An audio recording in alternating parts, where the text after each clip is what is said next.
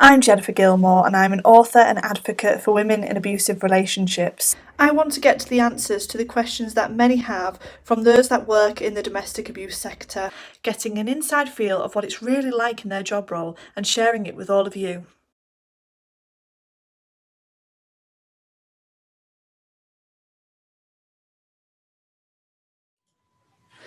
Hi everyone, welcome to the next episode of the Abuse Talk podcast, and I'm so excited today because we've got someone here that is we've connected on Twitter, but we've then verbally connected on Clubhouse and now meeting each other virtually for the first time. It seems quite strange in this digital world how we connect with one another these days, doesn't it? But I know you as AJ. So hi AJ, do you want to let everyone know a bit about you? Yeah, sure. So yes, my name is AJ. I'm known as AJ. It's a nickname actually, because my actual name is Angela, but it's a nickname that someone gave me years ago, and it's just stuck. So yes, so it was so nice to connect with you, and thanks for the invite to Clubhouse, because I guess my passion is kind of domestic abuse. I work in that field, or any forms of abuse, because obviously there's lots of different forms of abuse within domestic abuse relationships.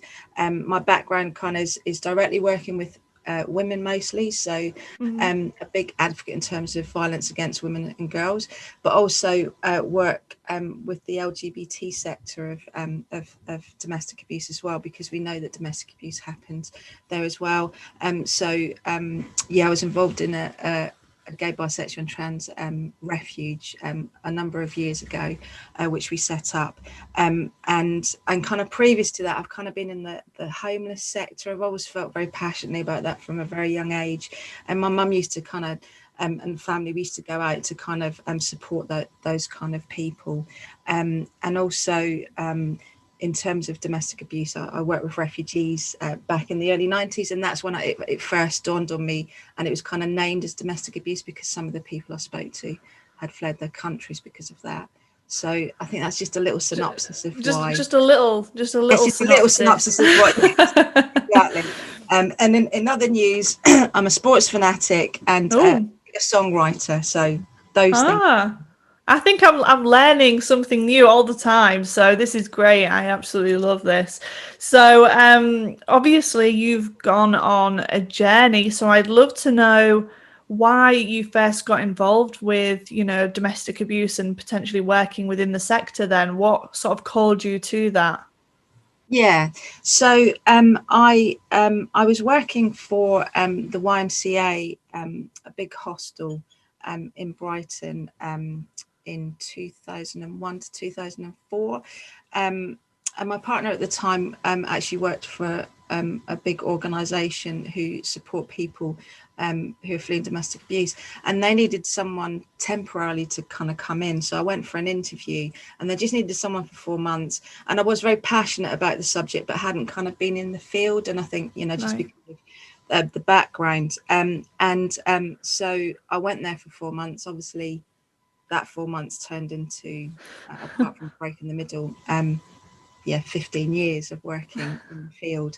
So it was through someone else, and I've always been quite kind of tried to, because of personal experience, so I tried to have my finger on the pulse of kind of what's going on in that world, and getting involved in different things and speaking up about it, because we know that a lot of kind of abuse is shrouded in silence, and it's really important that we keep talking about it, so as others that experience it know that they can kind of come and talk to their communities and go to services to kind of get the support that they need.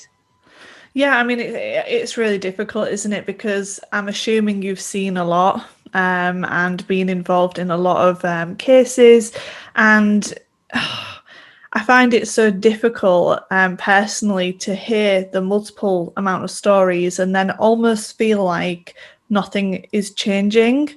And it's really sort of recognizing the behavior, isn't it? And working out that this is just a form. It's not just a form of behavior. It is a form of behavior. And it's almost like my ex sounds like somebody else's ex. They all sound similar. And I think for me, recognizing the behavior element really helped me, because I was feeling quite personal about it. But if it wasn't personal, then people wouldn't do what they're doing today in terms of talking about it, raising awareness. And it sounds like you've had a similar kind of journey in terms of being involved in different projects, and I'm really interested as well in the LGBT side, because we haven't had anybody on the podcast linked to that. Obviously, things have changed as a society, perhaps from when you first started out in the domestic abuse sector to how things are now. And I wonder how you found those changes then as a whole. Yeah, so I think it's really important to say this, and I think let's just be honest, it can kind of get people's backs up a little bit when I talk about that violence against women and girls is that women are more likely to experience domestic abuse and kind of constant domestic abuse within a relationship, statistically. But I don't want to, when I say that because I'm passionate about it, not because I don't believe that it happens to people, because of course I do.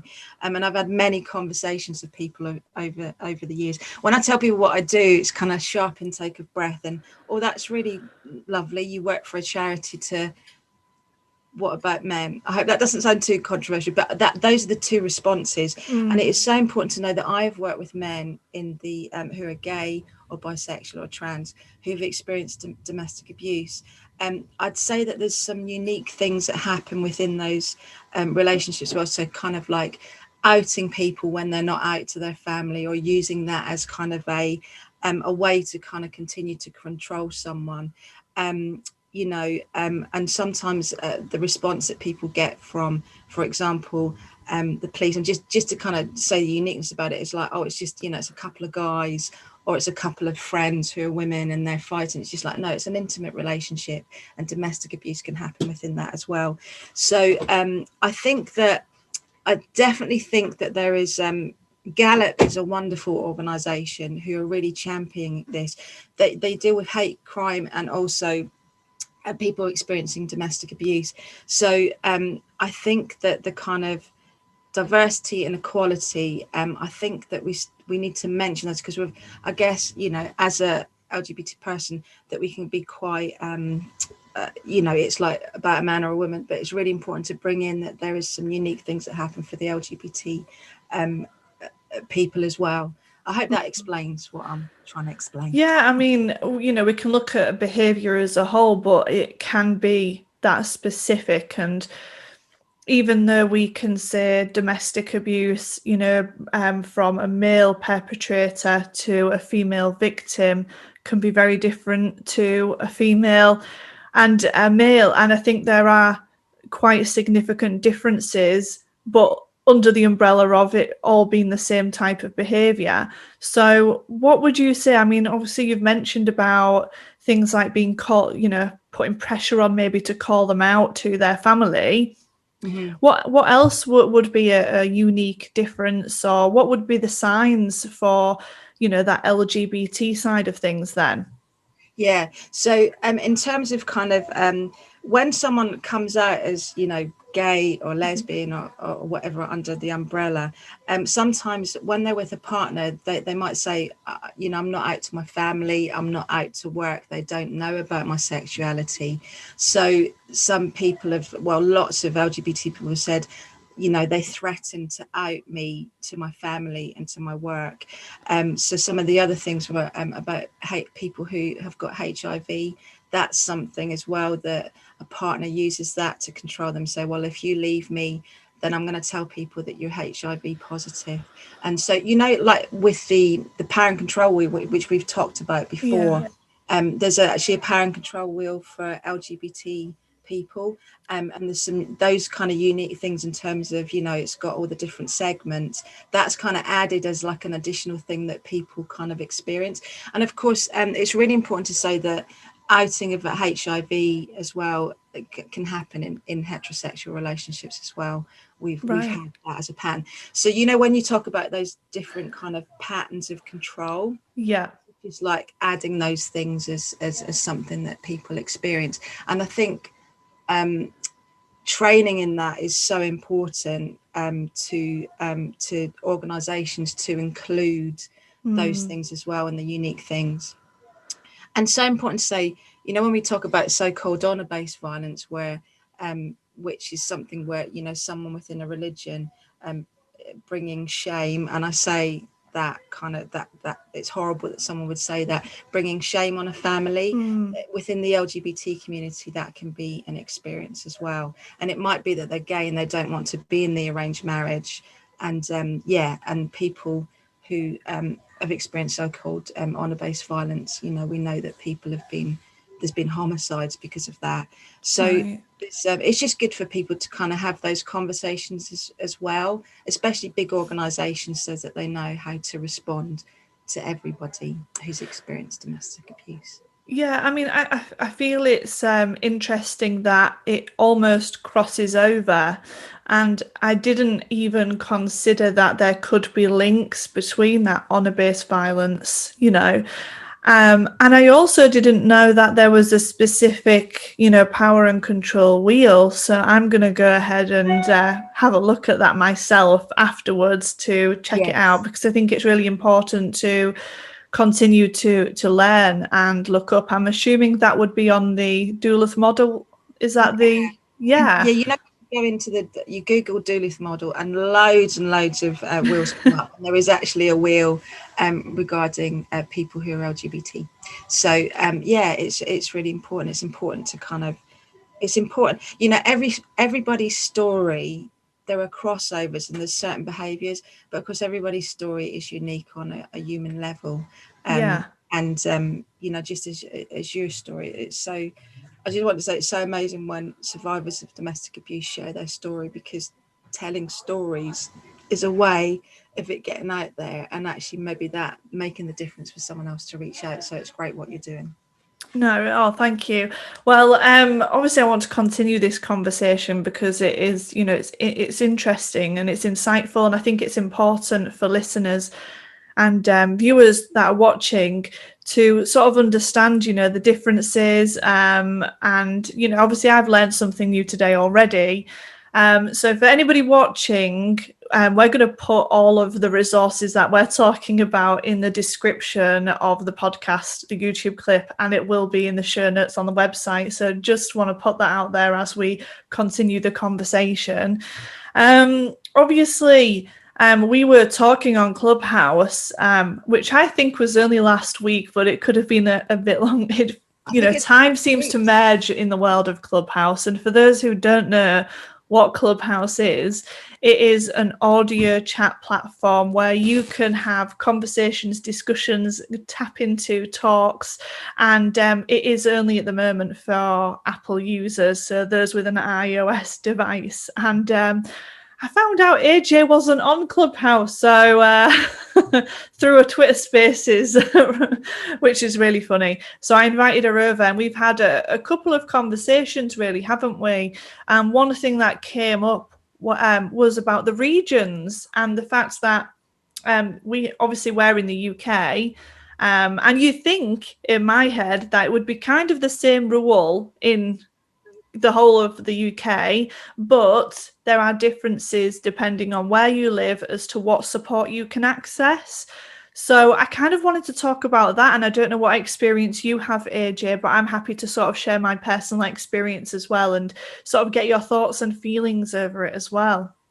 Yeah, we talk about it being a postcode lottery within the field, because you're absolutely right. You know, I work in Brighton and Hove, which has got like such a rich kind of existence in terms of all the different organisations that support people, and you know, and in terms of domestic abuse as well. But if you're in another area that's, as you say, rural, it might be that there isn't anything within that kind of town that would support you in domestic abuse. So, you know, A lot of organisations have kind of got postcode borders, and someone calls you up from a different postcode, and it's like, well, we don't serve that area, which is really sad. So I agree. I feel like it should be something that everybody should have access to. And just thinking about the rural areas, I feel like people can kind of feel even more isolated in those areas as well. So I agree with you. I think that more needs to be done in terms of opening up, having more services. So I agree, and just interested, as you said, your experience of it. Yeah, I mean, so just to give you a bit of background, I was living in Chester. That's where my home was. But when I fled across country to Hull, which is where I am now, and that's where that's where I grew up. And my risk level changed purely because there's that distance. So I went from, if I'd have stayed in Chester, then it would have been classed as a high risk because I'm near that person. But because I went and fled and went across country, it became a medium risk. Now, I was really lucky to get support in the local area and be able to access a domestic abuse support worker and go on any of the programs, available to me because I was medium risk. But in other areas of the UK, they will only support high risk cases. And I find that a really big struggle because I feel rather lucky to have received the support. And I know as a person that if I hadn't have had the support that I have had, then I would have really struggled. And I'm not sure whether I'd be doing what I'm doing now, to be honest. So I find that a frustration because not only do we have this postcode lottery feeling, we also have that we're grading somebody's abuse. And obviously for me, it was predominantly coercive control. So that almost could fit into a low risk category. And as you and I probably know, that they're the more dangerous type of abuser and they're the more likely one to murder their partner. So for me, even though we're categorizing a low risk, I almost feel like we shouldn't have that category of status. And if somebody did want to access support and services, they should be allowed to access it. So I don't know how you feel on that one, or if you've got any experience in that, but I find that a real struggle, especially when people are asking me, what program did I go on? And they find out it's in their area and they can't access it because they're low risk. Yeah. So listen, as someone who has worked directly with people who have fled cross boundaries, because we know that domestic abuse, a lot of people have to flee their area because it's not safe.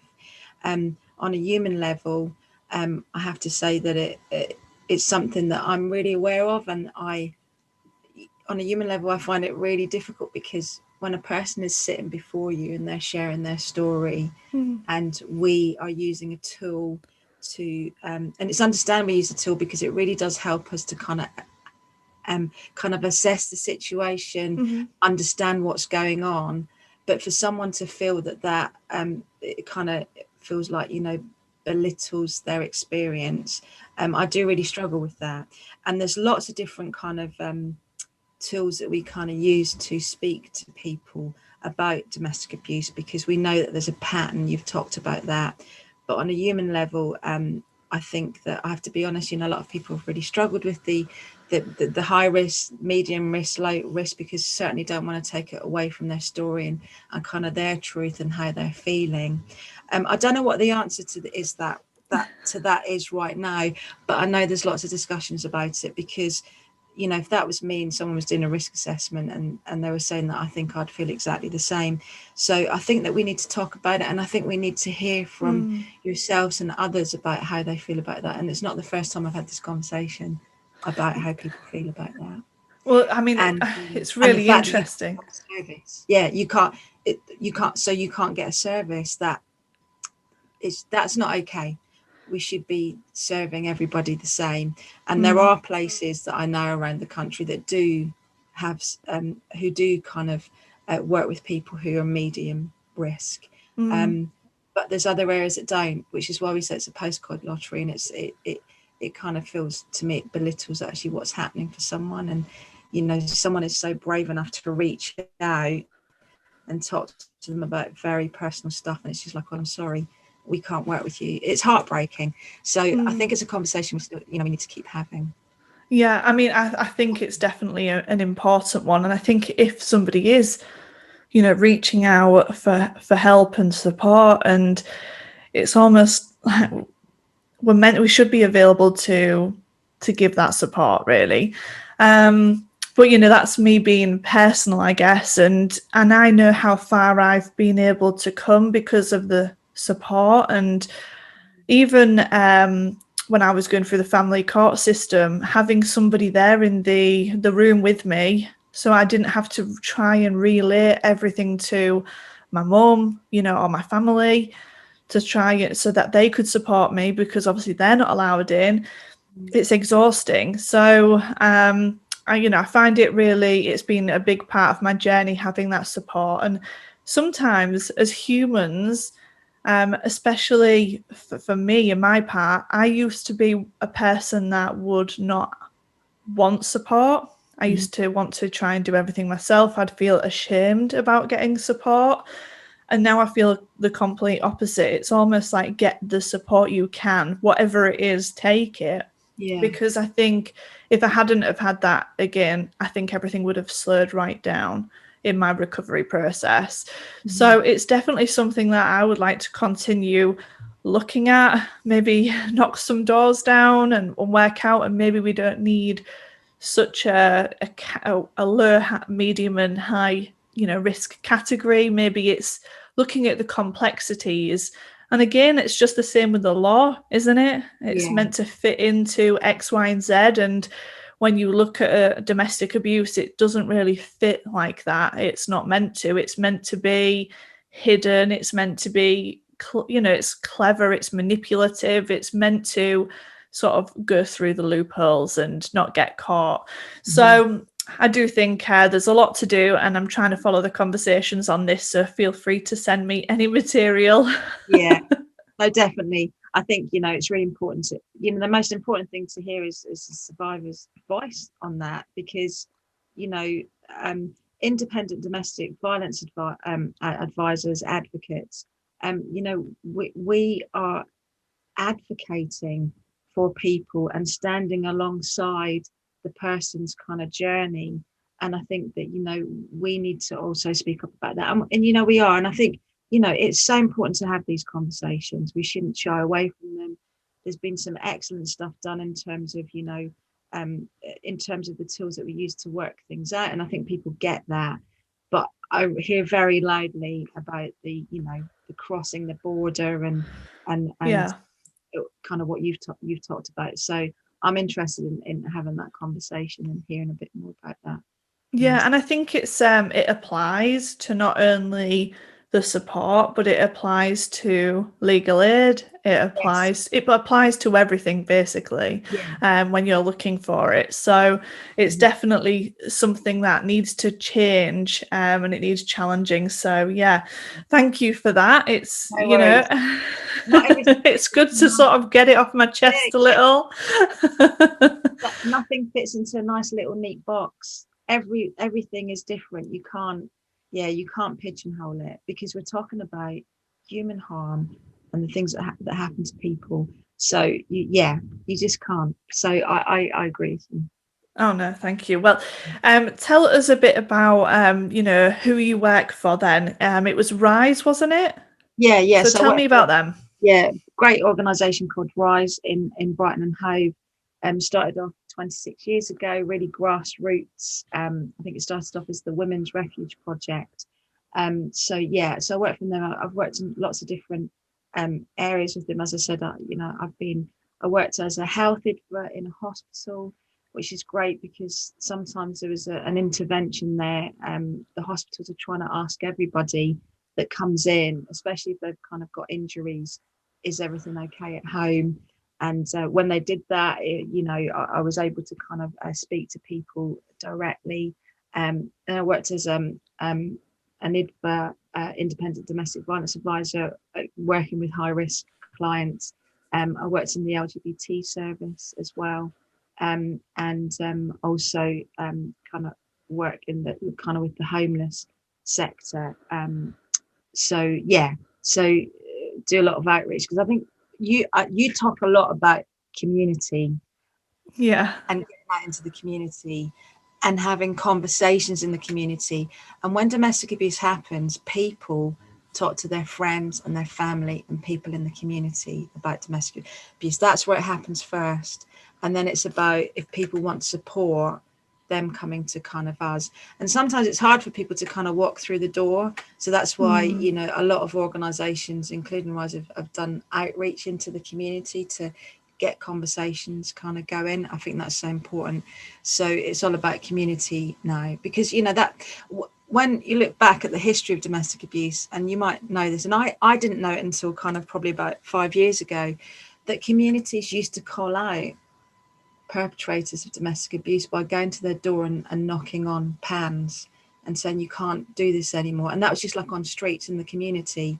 So that was the start of that kind of movement. And then obviously 1971, you know, the first refugees kind of were birthed.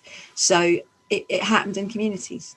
So that's really important to me. And I know that you're massive on that in all sense, in business, in kind of the social sector. Community is so important.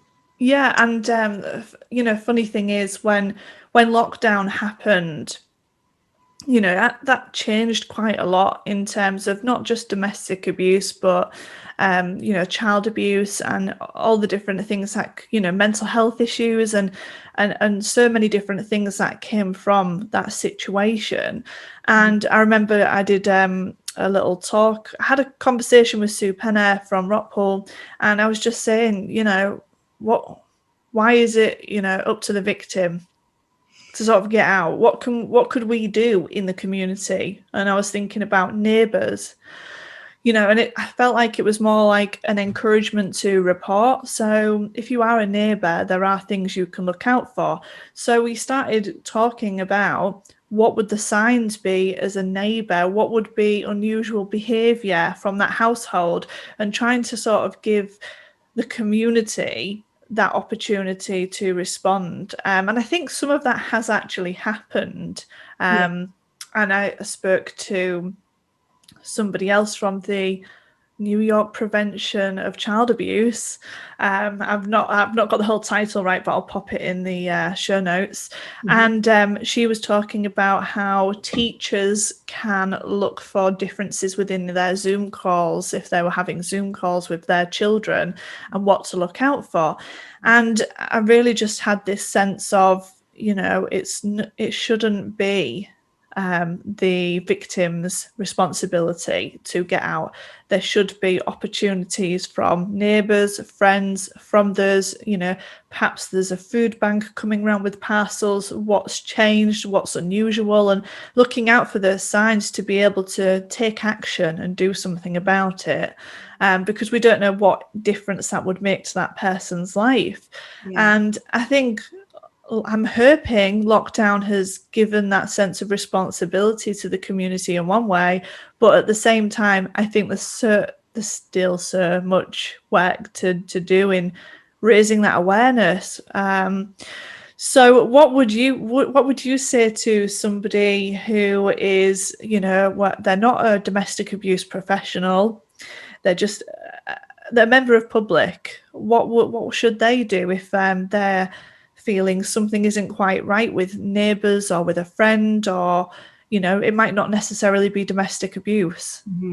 Yeah, so I would say if it's a neighbour, I think it is kind of always keeping their door open, metaphorically, for that person to talk to them, and maybe they're concerned, and neighbours to kind of think about, you know, like the National Domestic Violence Helpline, that, you know, if they're talking to them and say, look, things aren't okay, that they can let them know about it, to kind of give the person autonomy as a kind of victim survivor to contact and to reach out for help. I think that's really important. I think one of the tricky things, and maybe maybe you because of your experience, is that when someone calls the police, which I think they should do if they hear something dangerous going on, it's really important to call them, because someone could be in real trouble. But also we kind of get feedback that sometimes when the police is called, the ramifications for someone when the police kind of come out can be difficult. But I'd always say that if you think that someone is in danger, absolutely call the police. Apart from that, just be an open door for them to talk and say, I'm here, I'm present. There's some places that you can go to get help if you want that. And on a human level, that would be all I'd say, is just be there, be present for them. So I hope that makes sense. But I think I like that, be present. And I think, you know, because we were talking about community, I think it was only right to think about what could we do as a community member almost. And sometimes I think just because of my experience, I can see it online. I don't know if you've ever done, you know, seen this between maybe a friends, and you're reading through messages and thinking, actually, this doesn't look right. And it's about what's appropriate as well. And sometimes we're in fear of doing, you know, it's all that, you know, that's their business, not our business kind of feeling between people. So I feel that hopefully lockdown in a way has broken that barrier for people. But I think we've covered quite a lot. We've talked about LGBT, we've talked about you know, restrictions on risk level, postcode lottery, and we've discussed, you know, community and how we can help people if we think they're at risk. So I wonder whether you had anything else that you wanted to add to this conversation, or maybe something I might have missed. Yeah, no, listen, I just think it's really important that you're having these conversations. And when we talk about kind of domestic abuse, it can kind of be it's important to kind of name it. But the other thing is like, I think we need to have more conversations about our rights in relationships, and what's healthy, what's not. How do we deal with conflict within relationships? And I really am a massive believer in early intervention, and that we should be discussing this in schools with, you know, age appropriate children, because that early intervention is really important. And yeah, so that it would be, you know, it would be on a human level, that message of like within community. If I was to leave you with anything, it's what I've said already. Just be present for that person, be available, don't judge, don't try to fix, just be present and say, I'm always kind of here for you. Because I know that that's something that a lot of survivors have kind of fed back and say works for them. To give them a bit of autonomy and the stuff that they want to do, and also not judging people for kind of going back and maybe staying in the relationship, because it's not easy to kind of leave a relationship. You know, we know that, you know, you've got personal experience of that as well. So just be present and don't be scared to raise the subject. We have to talk about it. No, thank you so much. And if anybody did want to get in touch with you personally, are you open to speak to anybody, whether Twitter or any other platform? So I would I definitely, like, in terms of my professional heart, obviously I work in Brighton, but if people wanted to reach out and I could you know, signpost them, let them know where they need to kind of go to, I'm always open for that, and also always open to having conversations about healthy relationships and what they look like. So yes, for sure. Yes, definitely. So where can people find you then? Well, so Twitter it's at AJ Patty. So, that's where you can find me. And you know, people have reached out before and asked me questions, and I've always kind of signposted them, of course. You know, I'm not on it, you know, 24/7, but you know, any messages, I'm happy to. And obviously with your website and some of the resources that you've got on there, if you want me to send the stuff around kind of Gallup, I don't know if you've got that on there already, but for people who might be experiencing kind of LGBT relationships where there's abuse as well. But yeah, we need to have more conversations, so I'm very open to that. No, that's great. Well, thank you so much for taking your time to, you know, today, and it's been really lovely to put a face to a profile icon, you know. That's true. I'm not just like still. Yeah. I'm actually moving. Next it'll be it's like 2D online, and next it'll be 3D In person, hopefully. Oh, hopefully, fingers crossed this year we can all start going to events again. And I've really missed doing that, going to events in the UK for different reasons. So yes, bring it on. Let's hope that happens. Well, thank you, and I'll let you go, and I'm sure I'll speak to you on Clubhouse soon. Yeah, definitely. There's no doubt about that. Thank you so much, Jen.